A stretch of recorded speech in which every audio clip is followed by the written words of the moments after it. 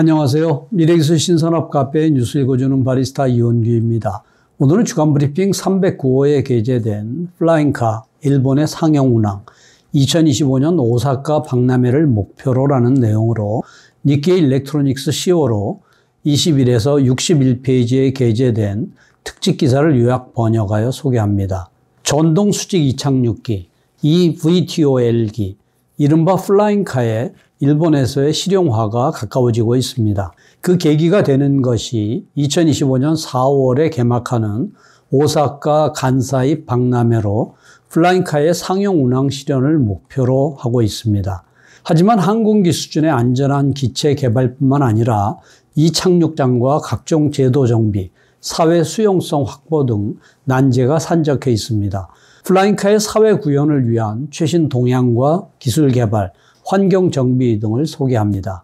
파트 1은 총론으로 향후 100조엔을 넘는 거대 시장을 형성할 것이라는 예측도 나오고 있는 플라잉카, 즉 전동 수직 이착륙기 EVTOL의 사회적 구현이 머지않았습니다. 일본에서의 본격적인 시동의 장은 개막을 3년 앞둔 2025년 일본 국제박람회 오사카 간사이 엑스포입니다. 그러나 기체 개발을 포함해 실현을 위한 과제들은 많은데 최신 동향을 살펴봅니다. 오사카 간사이 엑스포에서 정부 등 관계자가 목표로 하고 있는 것은 전동 수직 이착륙기 EVTOL의 단순한 데모 비행이 아니라 엑스포 장소인 유에시마를 중심으로 복수의 노선에서 상용 운항을 실현하는 것입니다. 구체적으로는 박람회장 주변의 유람 비행이나 수요가 높을 것으로 전망되고 있는 공항과 박람회장을 연결하는 노선 등이 후보로 떠오르고 있습니다. 오사카 간사이 엑스포는 플라잉카가 사회적으로 구현되는 모습을 보여주는 일본 최초의 무대가 될 것입니다. 어디까지 실현할 수 있을지 모르는 도전이지만 이후의 사회 구현 실현을 위해 안전한 비행을 목표로 하고 있다고 합니다. 해외에서는 2024년 7월 26일에 개막하는 파리 하계 올림픽에서 상용 운항을 목표로 하는 움직임도 있지만 준비에 소요되는 시간 등의 문제가 있어 본격적인 상용 운항의 모습을 볼 수 있는 것은 오사카 간사이 엑스포가 세계 최초가 될 가능성도 있습니다.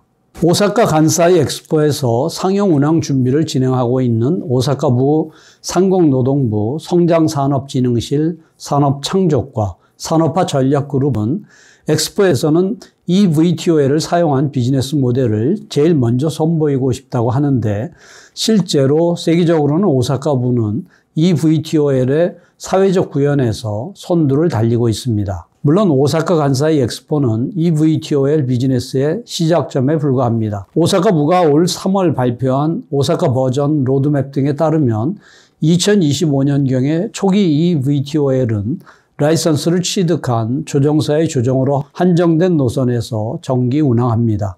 이후 2030년경 확대기의 EVTOL에서는 자동화 비율이 높아져 조종사가 탑승하지 않는 원격 조종이 도입되고 2035년 이후 성숙기의 EVTOL에는 사람이 조종에 관여하지 않는 자율 비행에 의한 고밀도 운항이 실현됩니다.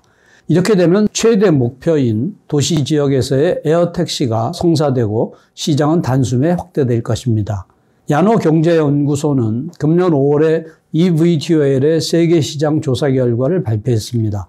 이에 따르면 2025년의 시장 규모는 146억 엔에 불과하지만 2030년에 6조 3,900억 엔, 2035년에 19조 5,800억 엔, 그리고 2050년에는 122조 8,950억 엔 규모로 성장할 것으로 예측했습니다.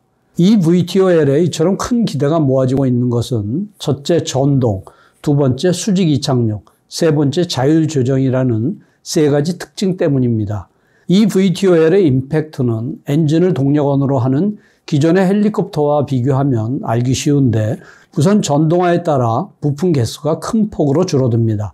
이로 인해 양산화가 전제이긴 하지만 기체 비용이 저렴해지고 정비 비용도 낮아지며 앞으로 자율 조정이 실현되면 조종사가 불필요해져 운항 비용도 저렴해질 것입니다.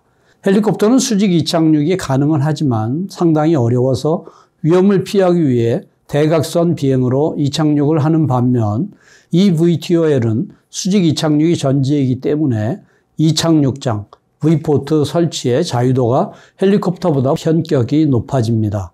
사실 헬리콥터는 사람의 이동에는 거의 사용되지 않고 보도나 정찰, 점검 등 정보 수집이나 물자 수송을 위한 이용이 대부분이라고 합니다. 한편 이 VTOL은 새로운 이동수단으로서 일상에 발휘될 가능성이 있습니다. 상공의 이동혁명을 위한 민간협의회의 구성원 중 한 명인 게이오 기즈쿠 대학원 SDM 연구소 나카노 고문은 보급을 위해서는 시민들이 헬리콥터보다 안전하다고 생각할 수 있도록 하는 것이 중요하다고 말합니다. 기체의 시장 규모에 대해서는 다양한 예측이 있습니다. 금년 1월 일렉트리컬 부문을 신설하여 eVTOL 등 전동 추진 시스템 비즈니스에 뛰어든 영국의 롤스로이스는 보수적인 예측이지만 2030년까지 세계적으로 약 7,000대가 운항할 것으로 전망했습니다. 지금까지 항공기와는 차원이 다른 규모로 미국의 조비 에비에이션과 협업하는 도요타 자동차 및 일본의 기체 제조사 스카이드라이브와 제휴하는 스즈키 등 양산 기술의 강점을 가진 자동차 업체 등이 참여하고 있는 이유입니다. 그렇다면 상용 운항을 어떻게 실현해 나갈 것인가? 엑스포를 주최하는 2025년 일본 국제박람협회는 2021년 8월에 출전 참가 설명서를 개최했습니다. 플라잉카에 대해서는 행사장 북서쪽에 위치한 모빌리티 익스피리언스 지역에 사업자의 협력을 얻어 이착륙 시설, 정비 보관고 등을 정비하고 다양한 플라잉카의 유람비행, 공항과 시내 등으로부터의 이동 등을 실현하겠다고 발표했습니다. 구체적으로는 운항 사업자 및 이착륙장 사업자 등 협찬 기업을 현재 모집하고 있으며 출전 멤버들이 중심이 되어 계획을 추진해 나갑니다. 예를 들어 기체는 운항 사업자가 선정하고 비행 가능 거리, 사업 계획, V포트의 정비 상황 등에 따라 관계 부처와 조율하면서 루트를 결정하게 됩니다. 현재 전 세계 약 300개사가 약 600종류의 eVTOL을 개발하고 있다고 하지만 2025년 엑스포 개최까지 내공 증명을 취득할 수 있을 것 같은 기체는 사실 몇 개가 안 된다고 합니다. 그 선두에 있는 것이 독일의 보로콥타와 조비에이션, 그리고 영국의 버티컬 에어로스페이스입니다. 구미 관계자에 따르면 이들 기업들은 2024년경에 내공 증명을 취득할 수 있을 것 같다고 합니다. 실제로 내공 증명을 취득한 기체가 오사카 간사이 엑스포에서 비행할 수 있을지 여부는 비즈니스 등 여러 가지 요인이 관련되어 있기 때문에 현 시점에서는 그 가능성을 논하는 것밖에 할 수 없지만 기체의 후보임에는 틀림이 없다고 합니다. 향후 오사카 간사이 세계 박람회에서의 상용 운항 실현을 위한 검토가 진행되고 있는 가운데 기체와 관련해서 크게 주목을 받을 것으로 예상되는 것이 항속 거리와 배터리의 충전 시간입니다. 이 두 가지가 eVTOL을 사용하는 에어택시 비즈니스의 설계에 크게 영향을 미치기 때문입니다. eVTOL에는 고정 날개가 있는 타입과 고정 날개가 없는 멀티콥터 타입이 있습니다. 또한 고정 날개 타입은 추력 편향형과 리프트 크루즈형으로 나뉘는데 일반적으로 고정 날개 타입은 순항 시 고정 날개의 양력을 사용할 수 있기 때문에 비행 효율이 높고 멀티콥터보다 항속거리가 깁니다. 예를 들면 항속거리의 스펙 수치는 볼로콥터가 개발하는 멀티콥터형의 벨로시티 2인승이 35km인데 반해 조비 에비에이션의 추력 편향형 S4 5인승은 약 240km로 큰 차이가 있습니다. 이 때문에 멀티콥터형은 에어택시에서 수요가 많은 공항에서 도시로의 이동이나 도시 간의 이동에는 사용되지 못할 수 있습니다. 실제로 오사카부 상공노동부는 멀티콥터형으로는 간사이 국제공항에서 엑스포장까지 비행하기 어려울 것으로 보고 있습니다. 일본 UAS 산업진흥협의회의 센다 부이사장은 세계적으로 5인승의 추력 편향형 개발 경쟁이 활발해지고 있는데 멀티콥터형 2인승은 루트가 한정되고 조종사 외에 한 명만 탈 수가 있어 수익화하기 어렵다고 말합니다. 한편 볼로콥터를 대상으로 볼로시티를 포함한 최대 100대의 구입 예약과 함께 추력 편향형 기체를 개발하는 버티컬 에어로스페이스와도 구입 또는 리스 계약을 맺은 JAL은 기존 사업에서도 다양한 기체를 사용하고 있어 항속 거리에 따라 기체를 구분해 사용하는 것도 가능할 것이며 멀티콥터형은 기체 구조가 단순하기 때문에 기체 비용 및 유지 보수 비용이 낮아질 것으로 예상한다고 합니다. 스카이드라이브의 후쿠사와 CEO는 컴팩트한 기체로 10km 이내의 단거리 이동에 사용할 수 있는 서비스 제공을 목표로 한다고 언급하여 멀티콥터형의 활로는 여기에 있을지도 모릅니다. 기체에 관련하여 향후 최대 과제가 될 것으로 보이는 것이 배터리 충전입니다. 에어택시로 수익을 내기 위해서는 V포트에 착륙한 기체를 빠르게 충전해 최대한 가동률을 높여야 하지만 현재 기술로는 충전에 상당한 시간이 소요됩니다. 예를 들어 eVTOL에 탑재되는 리튬이온 배터리의 용량은 조비에이션의 S4 5인승이 1MWh 정도이고 2인승 소형 기체가 200kW 정도 된다고 합니다. 전기 자동차용 급속 충전기 출력은 국내에 설치된 것의 경우 50kW도 높은 편입니다. 구미에서는 200kW가 넘는 급속 충전기도 설치되어 있지만 그래도 S4 5인승 충전에는 5시간이나 걸린다는 계산이 나옵니다. 이 때문에 오사카 간사이 엑스포에서는 배터리 교환 방식으로 대응하는 구상도 나온 것으로 알려졌지만 배터리 무게만 수백 킬로그램 이상이 되기 때문에 인력에 의한 교환은 어렵습니다. 현재의 배터리 기술로는 eVTOL의 사업성을 담보할 수 없을 가능성이 높다고 보고 최근 가스터빈과 배터리에 하이브리드에 의한 동력 시스템을 개발하는 기업이 증가하고 있다고 합니다.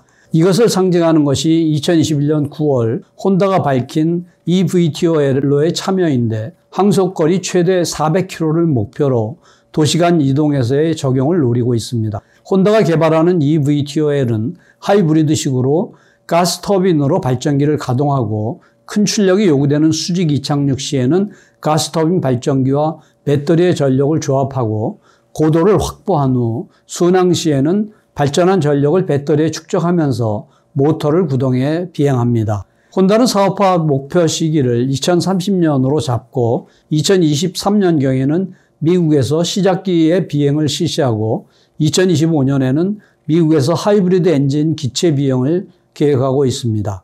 사업화에 적합하다는 판단이 나오면 미 연방항공국에서의 인증 취득을 추진할 계획입니다. 파트 2는 해외 동향으로 구미에서는 일본보다 빠른 2024년경 eVTOL 서비스의 상용화를 목표로 하는 움직임이 추진되고 있습니다.